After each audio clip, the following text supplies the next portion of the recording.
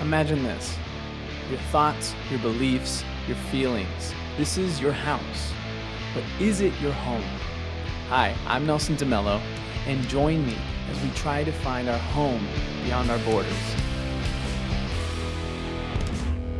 I don't know. I think that's fine. Yeah, that's a good take. Oh, yeah. So in all of this, I think I mentioned an album that I wrote based on this. There was a time where I was like kind of getting to the point where like, okay, I don't need to be with anybody. And he saw such great progress. And then I told him, I'm going to do a case study so I can write an album. And he's like, what are you talking about? I was like, I'm going to go around and just break my heart, break their hearts a little bit so that I can write this more authentically. And he's like, you're an idiot and a psychopath. What's going on? Like, what, why? And I'm like, dude, I want to know. Like, I need to understand, the album sucks and, I hurt myself for nothing. You know what I mean? I don't think it sucks. I just think that between Bad Bunnies, I should take more photos. I should have taken more photos to, I don't know, a pile of poop. It's probably somewhere like a 6. You know what I mean? And I use that album as reference just because, like, I think because it's a pop album, right? I'm not going to get into it. Oh, my God. Sorry. Okay. So the idea, though, is, yeah, I got into that. And there's, like, some girls, like, I would work with. And I thought, oh, they're so funny, so cute, whatever. I'm going to put them off to the side, though, because, like, they're good people. And I don't expect anything. And then they would come to me and I'd be like, oh my God. Or like the worst part is like when I'm totally friends with somebody, and of course friends are going to have chemistry. And then somebody would comment like, oh, I think she likes you, And then that would just like, I would be awkward. I'd be like, hey, how you doing? And that's, that gets not creepy real fast, but that like, yeah, it just made things complicated. You know what I mean? Like it didn't have to be.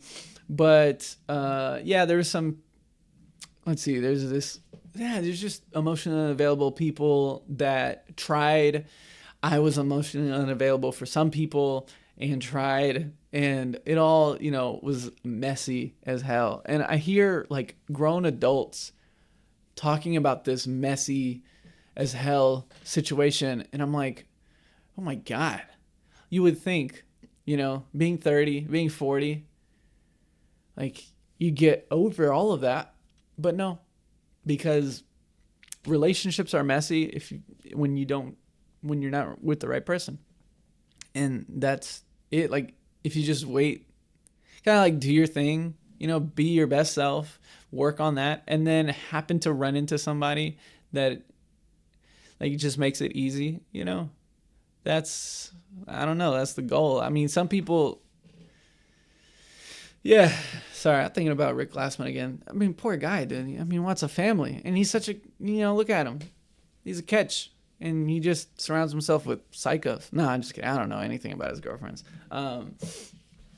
But yeah, so that actually, again, the relationships, that dug that hole, right? It dug the hole. There was this girl that I used to work with in a restaurant. She quit to go be a stripper. And we had a thing. It got really awkward. It's just fine lines, blurred lines. She didn't know where I was coming from, didn't know where she was coming from. And that to me was like, this happened twice where uncomfortableness. I think miscommunication and uncomfortableness, of course, this is me as the guy saying it. I don't think it's sexual harassment or whatever the case is.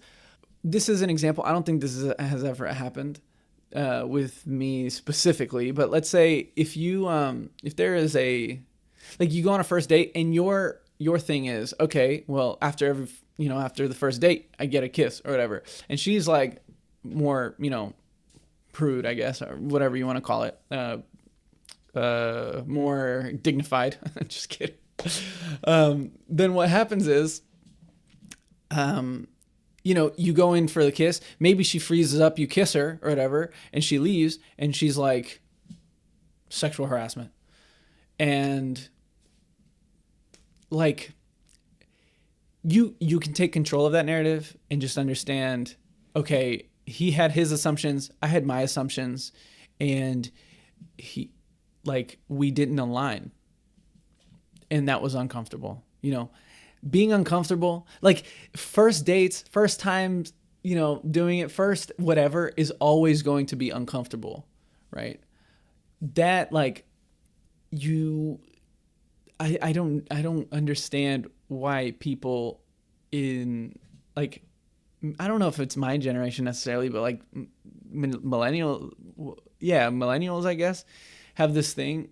Whoever is complaining, I don't know who's complaining, but these allegations of like, oh, he did this, and you read it and you're like, okay, this is kind of minor, but I understand that it could be traumatic and da da da. But it's this thing of like, first encounters are always going to be awkward. And if you were to communicate, and I'm sorry if this is offensive, if you're going to communicate like two autistic people, like there's no chemistry there, right? Like there is something seductive, sexual, something, there's an energy in the unknown that you're kind of trying to discover. Like this is what romance is. Like you can't, like this is throwing away the baby with the bathwater. You know what I mean? Like you can't have romance without the what ifs. And sometimes the what ifs take a left turn and you're like, yeah, that's not what I wanted, but that's all it is. And I think both times they understood, but it was like awkward. Like that definitely took like a huge step back in our friendships or whatever the case is. And I bring that up because, bro, it's the less headache of a life that you can have is just being single until some friend of yours magically becomes attractive and you date them. You know what I mean? Yeah. Or just be real old school. Like, yeah, let's have a lunch. Let's have a coffee. Let's talk for, an hour and then go our separate ways. And eventually we'll have a real date, which is a dinner or whatever. And then, I'll show you my red room. Just kidding. Dude, I am all over the place. I wonder if I can edit this to make it actually chronological. That'd be interesting. Let's see what else. There's this idea. I'm just like spilling my guts and hoping something resonates. Wait. Hold up. If at any point in this you said, hey, I never thought about it like that, please subscribe. What are you doing, man? I'm trying to pay my bills. Okay, anyways, let's get back to the serious stuff. All right, see it. There was this narrative in my head though, like the emotional need. So yeah, we're talking about honestly porn stars right now. I never was one, by the way. I'm talking about the idea of porn star, but like the stereotypical reason why a girl gets into pornography. I wonder why doesn't the stereotype apply to the men? Because I guess that's just what men want. Like that's ideal, animalistic. That's what a guy wants. That's not, I really would argue against that. I think on both sides it's the same thing. But because the stereotype is for the woman, it made me feel really feminine that this was my thing. Like I joked around with myself of like, I have the emotional complex of a woman porn star, and that made me feel the type of way, like in my identity a little bit. I was like kind of questioning certain things of like, why am I so feminine and this and that? I don't, nothing to the effect of I am a woman, but this weird thing of this is really feminine, this is really weird. And I think there was moments of, see, and this is why I say I've lived so many lifetimes. I've lived through so many things, like all the way through, just because I think so hard and I like explore so hard emotions and stuff that like, that's the only way, like I think what the mess, when I say, like I pass over my life was super messy, what I mean is I've experienced all of these storylines in my head, and and healing from all of them, or some of them, or whatever, creating a better relationship with them, or whatever the case is, has led to compassion literally for all people. I don't think there's a single person that I couldn't. I think the only people that I can't is inconsiderate people. And that's because, like, even when I was inconsiderate, I hated myself. You know what I mean? Like, I couldn't stand myself being inconsiderate, and I can't stand other people for being inconsiderate. In the first episode, I talk about how this is my authority, right? This is what I mean by I'm talking. When I talk about something, I use the authority of my experience. I use the authority of this. I went through it. I can talk about my story. So, ta-da, right? And I think it's important for you to understand, like, hey, there's a before and after in every facet of my life, and a lot of the facets of my life, and the facets in the some are bigger befores and afters than others. And even so, it's something I'm continually working on. And as it comes up, as it bubbles up, and I see it as an issue, I tackle it, right? Like, this is who I am. Eventually, it'll be more like, hey, this is what I'm going through today. Let's work through it. But I think I need to catch you up, right? And so, so there was questions of my identity for being so broken in a feminine way, in my head that was a feminine way. I had that feminine energy. And so this deep need for emotion, or for vulnerability and attention and all this, again, led me to this place where that just became my identity. My life, who I became, was just chasing after that affection and whatever. Okay, let's fast forward. Now I'm now dealing with remnants. I'm now cutting off loose ends, cutting off ties. Not where this story ends. Shoot. Yeah, I guess where this story ends specifically of my sexuality. Well, yeah, okay, I'm sorry. So what ends up happening is I'm cutting off loose ends, cutting off ties. I'm cutting off all these things. The second girl that we were kind of like, oh, maybe we shouldn't start an OnlyFans, da-da-da. This was happening when right before everything was clicking in terms of the gospel. Now, because I remember, dang it, dude, my memory sucks, dude. So I'm trying to remember. I think I got invited to be youth pastor of my old church way before, like, everything clicked, if I'm remembering this story right. But I definitely was getting my life together in this process. God was moving in my life, but it wasn't this, like, aha moment, right? And so things were kind of settling down. The reason why I was with the last person, because what ended up happening was, I started crushing on this. Oh, it was a relapse. That's what it was. Okay. Because what happened was, like, I felt good, and this and that. I was done with all the women and this and that in a sexual way, right? And so I was crushing on this Christian girl, and this was, like, one of the first girls I was crushing on. And she totally thought we were hanging out platonically. In my brain, a little weird, because it was like one-on-ones, it was late nights, it was this, we were just talking, right? And we were just getting to know each other, but, like, I thought that it was there, And then one day we had a DTR, define the relationship, right? Conversation, and then she was like, yo, what? Blindsided, which this happened twice, by the way, which is, like, absurd to me. Had to be an Enneagram 9, you know what I mean? And, dude, it's so funny. I use, like, the Enneagrams like they're horoscopes, but it's just this. So Enneagram 9s, they're the type of people who, like, not are obsessed with their inner peace, but they just go out of their way for them to feel at peace, right? And so they will manipulate their perception of the outside world to have that inner peace.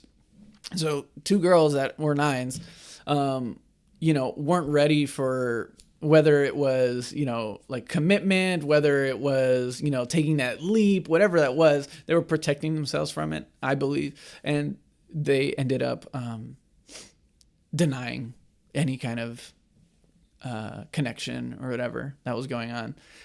But again, I'm a deep feeler. So it's this weird thing where I'm oblivious to some things that everyone is keen to. And I'm keen to things that people are very oblivious to. You know what I mean? It's just, for me, like everything is upside down and into what's obvious and what's not. But yeah. So this was the first girl. It didn't work out. There was a second girl, and I was like, whoa, no, this is crazy. I heard God's voice telling me like, oh, like she's going to teach you to love. What I learned from suffering from her was that love is about choosing the other person over choosing yourself. And like when you die to yourself and you can properly love the other person. That's the lesson I learned. But I thought that learning how to love through her was going to be that you were going to get together and get married or whatever. And there was a huge left turn in that. She, thought I was emotionally manipulative because, again, I'm keen to emotions. I can sense what was going on in her life. I would kind of bring it up. She'd be like, don't talk about that. What are you doing? White people, am I right? Anyways, because, politeness and all that stuff. That's what I mean. And then in like, oh, my business, privacy, whatever. But you get to, what do you call it? Yeah. So that really hurt me. I got kicked out of her church because it was like there's 5 churches in San Marcos or something. There's probably more, but let's say there's only one of them. Let's say, I don't want to say there's only one. One of them has all of the young adults, all of the college people. Well, not really now. I went to my old church and it's popping right now. That's, hey, amen. But yeah, at the time, because all of my friends graduated, moved on or whatever, and I was a super duper senior. Because my associate's degree took almost 3 years because I was trying to slow it down to see what I wanted to do. And then COVID hit. And so I split the classes because it was really hard for me to focus and do work and stuff like that. I know everyone cheated during the COVID years. I didn't necessarily want to, but I gave it. Yeah, whatever. I'm not going to criminalize myself now. But that hurt me so much. Like it really like deeply hit me because it was this thing of like, oh, I thought it was God's providence. I thought God was doing this thing in my life and this and that. And so I relapsed. What happened was I moved, I think it was the summer. I moved to Round Rock. I didn't tell anybody. Round Rock is where I grew up. I didn't tell anybody except for, obviously the guy that I was living with. And so I was living there, and living there, I was working at the restaurant I used to work at. And what had happened was, there was a girl there, and that's a whole mess in itself. Because oh my goodness, bro. Yeah. It doesn't matter. Yeah, she was just. It's like, just imagine server culture, okay? If you don't know, everyone's trying to get it, whether it's alcohol, drugs, or each other. You know what I mean? And I like to think that I'm a Round Rock 10. You know what I'm saying? That doesn't mean anything. That's a Austin 6, to be honest. But Round Rock, bro,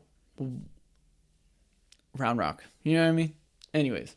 So yeah, all the girl server, well, not all of the girl servers, because, some of them went to college and they're like, bro, you're definitely like a San Antonio 6. You're definitely a Dallas 6. You know what I'm saying?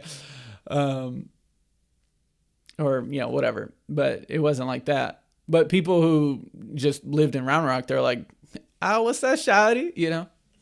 Not in that tone. I don't think that was indicative of anything, to be honest. I just wanted to say that. Okay. And, yeah. So there was just this weird thing. I had to wait. I had to wait because this girl was hounding me, and I was like, I'm not going to play this game, bro. like at one point, maybe I was limitless, but I am definitely with this limit. Like, I'm not going to jail for this. You know what I mean? That transpired. We kind of talked about it. And so I told my friends and they laughed. What is it with guys? Okay. You tell a group of friends something that's like on your chest, it means a lot, and they make a joke out of it. Albeit it's hilarious. So that was the same moment. Like when I think I came back or something, that was the same moment that I was offered this youth pastor position. I was like, I'll think about it. I don't think so. Because honestly, like if I went through what my dad went through, there was so much trauma there. Well, guess what? When I eventually took the job, I went through what he went through, and it was very traumatic. So, but going back, so I was like, I don't want to do this thing, but I'm not going to say no, like laugh in their face, because, my dad was trying to not retire, but like change his pace a little bit, slow down. And so I was like, all right, well, I'll think about it. And so I had these two things, right? Loose ties.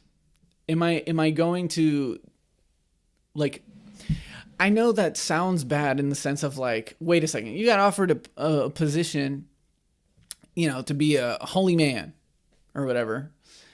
And you also were thinking about doing like the most morally not corruptible. I don't think actually in this day and age, is it the most morally corruptible thing you can do? Well, I mean, maybe in young men's lives, if that's, if they were to be a fan.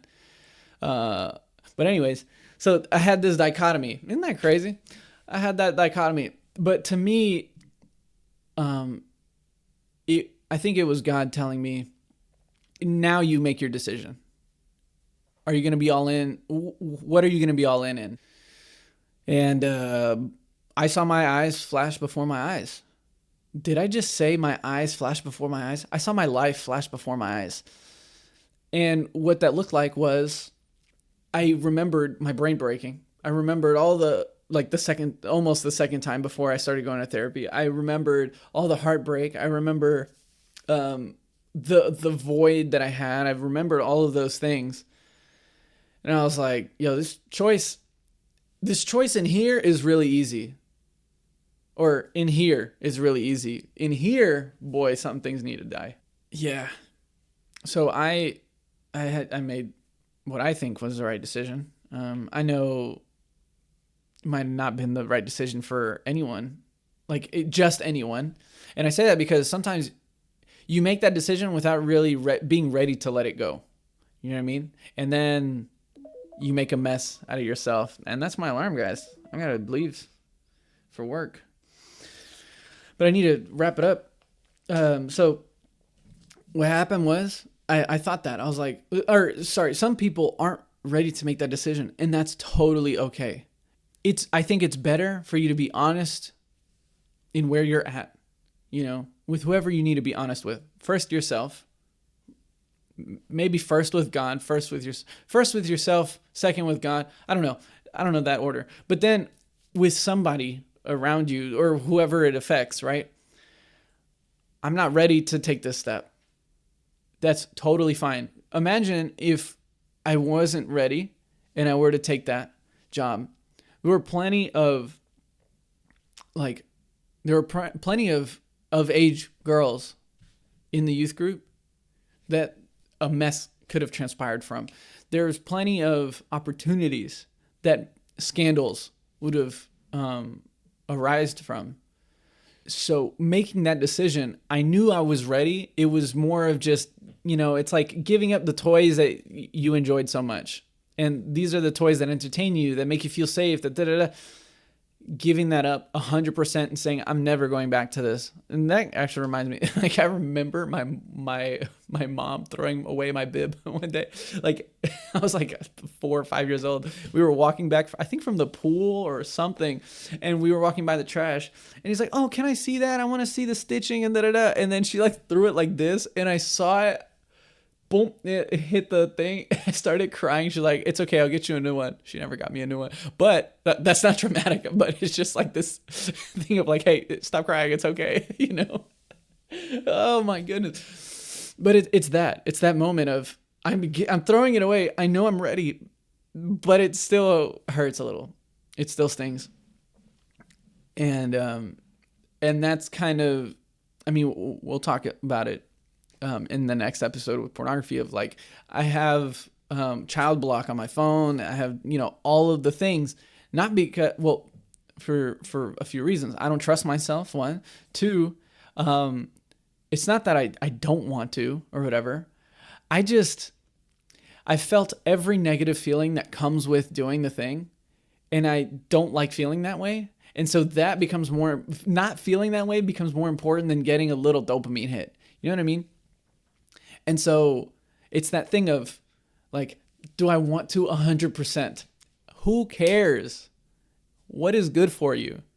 What is going to make you grow? What's going to make you flourish? It's not women in pornography, bro. That is not going to make you flourish.